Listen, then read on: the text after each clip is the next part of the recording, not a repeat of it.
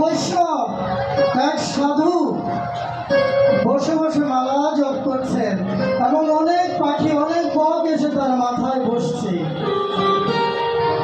এবং ওই সাধুকে অনেক পাখিরা চুলের মধ্যে ঠুকরাচ্ছে। রিপিট, হরে কৃষ্ণ, রিপিটটা বন্ধ করো। সাধুর গায়ে অনেক পাখি বসে আছে।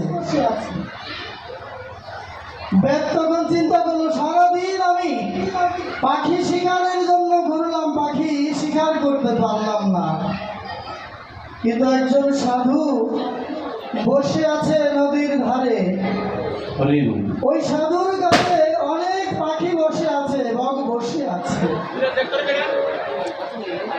ভাই আমিও সাধুর মতো পোশাক পরব। তাই পরদিন কি করলেন, ওই সাধুর মতো পোশাক পরে, তিলক করে, মালা করে ওই নদীর পাশে তিনিও বসলেন। কিন্তু পাখি তো আসে না, একদিন, 2 দিন, 3 দিন, 7 দিন যাওয়ার পর ওই পাখি কি করলো, সাধুর মতো তার কাছে ভিড়তে লাগলো। নিতাই প্রতিদিন পাখিগুলো তার মধ্যে আসে। সে চিন্তা করলো, নিতাই গৌর হরি বল, হরি বল। কয়দিনের সাধুর সঙ্গে ওই সাধুর রূপ ধারণে পাখিগুলো আমার আপন হয়ে গেল। আর যদি আমি এমন করে নিষ্ঠার সহিত আমি যদি সাজি, সাধু হই, তাহলে জগতের সবাই হয়তো আমার আপন হবে, ভালো লাগবে।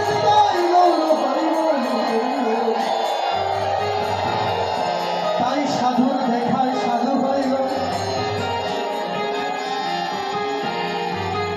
সাধু সঙ্গ সর্বশাস্ত্রে কয়, সাধু সঙ্গ লব মাত্র কৃষ্ণ প্রেম ভক্তি হয়।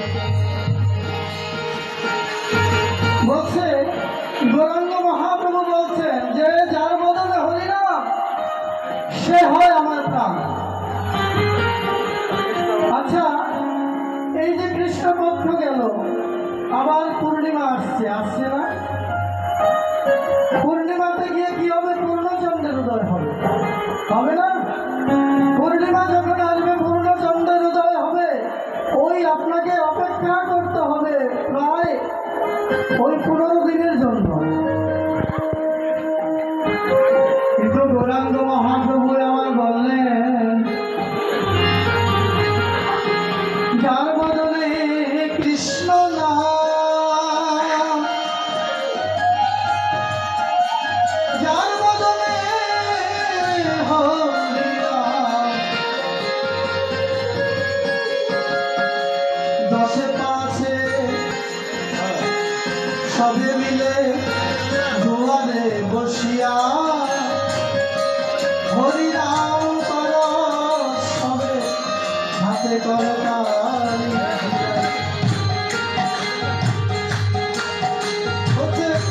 হরে কৃষ্ণ হরে কৃষ্ণ, কৃষ্ণ কৃষ্ণ হরে হরে, হরে রাম রাম রাম হরে হরে। 10 5 সবে মিলে দুয়ারে বসিয়া হরি নাম করো, সবে করতালি। বলছে হাতে করতালি দিলে কি হয়, যে হাতের মধ্যে অনেকগুলো গ্রহ আছে। অনেক সময় বলে যে আমার রাহুর দোষ হয়েছে, বলে না যে আমার না দোষাই, আমার কেতুর দোষ আছে, শনি আমার ফেভারে নেই, গুরু আমার সহায় নেই। প্রভু বললেন আমার 10 5 মিলে সবে